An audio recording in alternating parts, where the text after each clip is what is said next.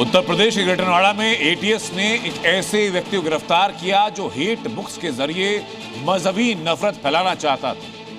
फरहान नबी सिद्दीकी, जिसकी तस्वीर आप पीछे देख रहे हैं, इस पर आरोप ये कि न सिर्फ वो बांग्लादेशी घुसपैठियों को पनाह देता था, बल्कि उसने हवाला फंडिंग के जरिए 11 करोड़ रुपए की रकम जुटाई और इस्तेमाल मजहबी एजेंडे के लिए किया। जिसने माहौल खराब किया होगा उसमें एक भी बचने वाला भी नहीं है। उत्तर प्रदेश की जमीन पर अगर कोई जिहादी किताबें छापेगा, मजहबी नफरत के चैप्टर से दंगे के लिए उकसाएगा, रोहिंग्याओं और विदेशियों को पनाह देगा और वो बच जाए, ये तो हो ही नहीं सकता। यूपी एटीएस ने ग्रेटर नोएडा से फरहान नबी सिद्दीकी को गिरफ्तार किया। फरहान कोई और नहीं बल्कि जिहादी उन्माद फैलाने वाली कंपनी का वो डायरेक्टर है।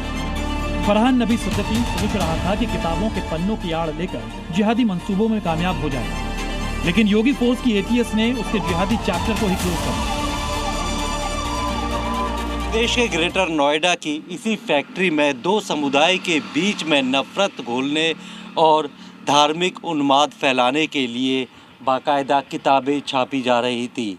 एटीएस ने कल यहां पर छापेमारी की और यहां से फरहान नबी सिद्दीकी नाम के एक आरोपी को गिरफ्तार किया। ये D192 नंबर की ये फैक्ट्री है जिसमें हकीकत offset printers and publishers limited, Istanbul international private limited और ये कंपनियां यहाँ पे संचालित की जा रही थी। यूपी एटीएस को पक्की खबर मिली थी कि ग्रेटर नोएडा की कंपनी में ऐसी किताबें छापे जा रही हैं जिसमें ज्ञान की बातें कम और मजहबों में दुश्मनी और उन्माद फैलाने की बातें ज्यादा लिखी हुई हैं। जब इसकी जांच की गई तो खुलासा हुआ कि फरहान नबी सिद्दीकी ने कुछ दूसरे लोगों के साथ मिलकर मेसर्स इस्तांबुल इंटरनेशनल, मेसर्स हकीकत वक्फी foundation, messrs real global express logistic private limited नाम से कंपनी खोल रखी थी, जिसके जरिए ग्रेटर नोएडा के कासना में हकीकत प्रिंटिंग पब्लिकेशन में धार्मिक पुस्तकों की प्रिंटिंग की जा रही थी। साजिश सिर्फ किताबी नहीं, हवाला के जरिए फंडिंग वाली भी थी। फरहान नबी ने पब्लिकेशंस कंपनी के नाम पर तुर्की और जर्मनी से हवाला के जरिए फंडिंग मंगाई थी, लेकिन इस्तेमाल मजहबी नफरत की जमीन तैयार करने के लिए किया गया। आरोप है कि 11 करोड़ रुपए विदेश से फंडिंग मंगाई गई और उसका इस्तेमाल यूपी के अमरोहा और पंजाब में मदरसे, मस्जिद और कंपनी के नाम पर जमीन खरीदने के लिए किया गया था। बांग्लादेश से जो भी अवैध घुसपैठिया होते थे उन्हें भी फरहान नबी सिद्दीकी ठहराने का काम करता था। हवाला के ज़रिए करीब 11 करोड़ रुपए जो है वो यहाँ पर लिए गए थे और उनका इस्तेमाल कहीं ना कहीं जो किताबें छापने हैं या फिर दूसरी गैरकानूनी गतिविधियों में किया जा रहा था।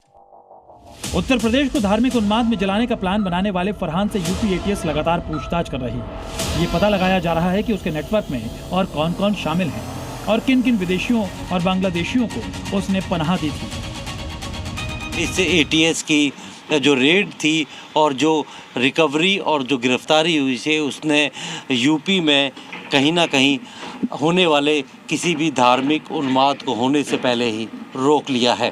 प्रमोद शर्मा, जी मीडिया, ग्रेटर नोएडा। किसको अच्छा कर्म माने और किसको बुरा कर्म माने? धर्म किसके लिए है, अगर ये पकड़ लिया तो धर्म क्या है ये अपने आप साफ हो जाएगा।